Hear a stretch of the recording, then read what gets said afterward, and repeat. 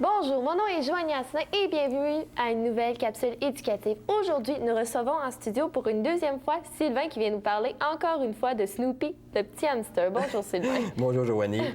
Aujourd'hui, je viens vous parler, j'avais dit qu'on était pour revenir pour faire la suite sur le petit hamster doré. On revient aujourd'hui, je vais te le laisser, on va revenir parler encore de Snoopy, mais cette fois-là, on va parler de l'achat d'un hamster, OK, et de son habitat. OK? Ces petits... Là, je vais donner des conseils lors de l'achat d'un animal de compagnie, genre hamster, mais c'est aussi applicable pour les rats, pour d'autres rongeurs, les gerbilles, des choses comme ça. Ce qui est important quand on va à l'animalerie, quand on va choisir un petit ami comme ça, c'est de regarder dans la cage. C'est bien important, souvent, ils sont plusieurs hamsters ensemble. Il faut observer s'il n'y en a pas un qui est malade. S'il y en a un qu'on détecte quelque chose d'anormal, on n'en prend pas, parce que les petites maladies, souvent, se communiquent facilement chez les hamsters. OK? On va rentrer notre main dans la cage. Théoriquement, le hamster, quand on rentre notre main dans la cage, il faut demander de le prendre nous-mêmes. Il devrait avoir la réaction de reculer. Ça nous indique qu'il y a des réflexes qui sont bons.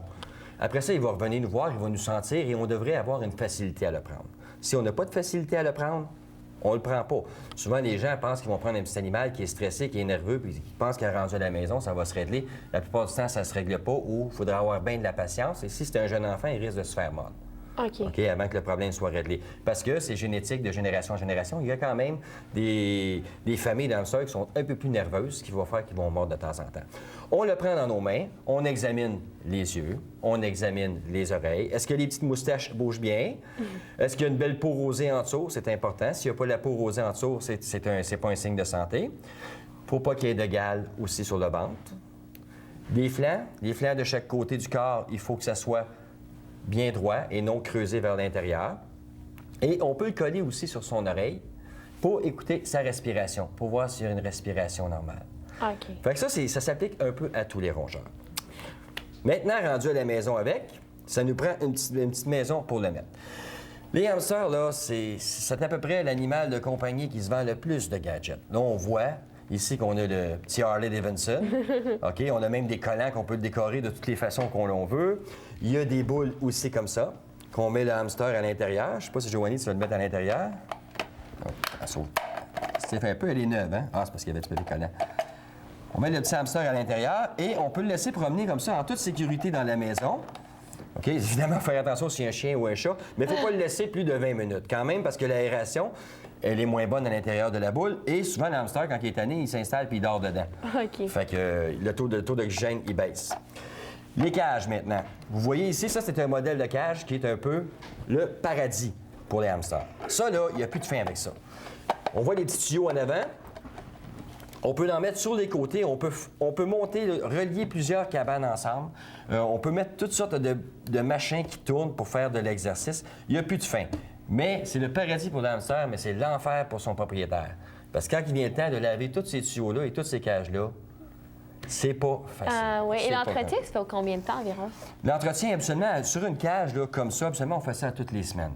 Une fois par semaine pour un individu. Évidemment, si la cage est des plus grandes, on peut des fois étirer jusqu'à 10-12 jours. Okay? J'ai une cage aussi à côté de moi à droite, qui est un autre modèle, que nous, on utilise chez Ducazou. Pourquoi? Parce que l'entretien est plus facile et aussi, il est facile à attraper. Quand il est dans les tuyaux partout, il devient difficile à attraper. Okay? Moi, j'aime bien ce modèle-là aussi parce que pour le hamster, qui est un gros rongeur, mais il y a de la difficulté à ronger, il est tout en métal. Okay? Parce qu'il faut dire que c'est des petits fuyards, les hamsters. Il faut les surveiller. Hein? Ils sont nocturnes, ils vivent surtout de nuit et ils grugent. Quand on a une cage, comme l'autre modèle que je t'ai montré, comme ici en avant, mais souvent, si on ne surveille pas, il peut gruger et réussir à s'enfuir. Ah, là, on peut avoir un petit problème d'hamster dans la maison. Oui, et puis justement, là, pour le rattraper, il faut faire attention en passant. Souvent, les enfants se font mordre quand ils rattrapent le hamster parce qu'ils vont trop rapidement. Il faut parler au hamster avant de le prendre parce que c'est sûr, il est dans un état de stress quand il s'enfuit de sa cage. OK. Ici, je vois de la mousse. Ça sert à quoi? C'est un petit duvet qui est bien important parce qu'avec ça, il va se faire une petite igloo. C'est son petit lit dans lequel il va dormir et dans lequel il va mettre ses réserves de nourriture. Le hamster aménage sa cage, aime beaucoup aménager sa cage, son environnement à son goût. Et,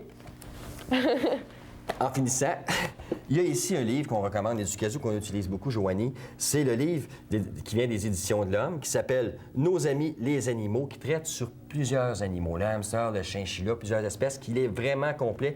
Nous, on trouve que c'est le livre qui est le plus complet sur le marché. OK, donc si jamais on a besoin d'informations, il faut vraiment... C'est la meilleure information, dans le fond, ce livre-là. On devrait toujours acheter un livre comme ça quand on achète un petit animal de compagnie, si on veut qu'il soit bien, puis donner tout ce qu'il a besoin. OK.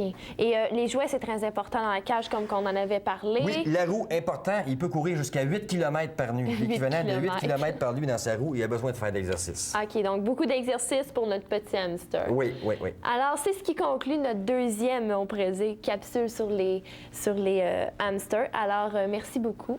J'ai beaucoup appris et on se revoit lors de la prochaine capsule. On le met-tu dans...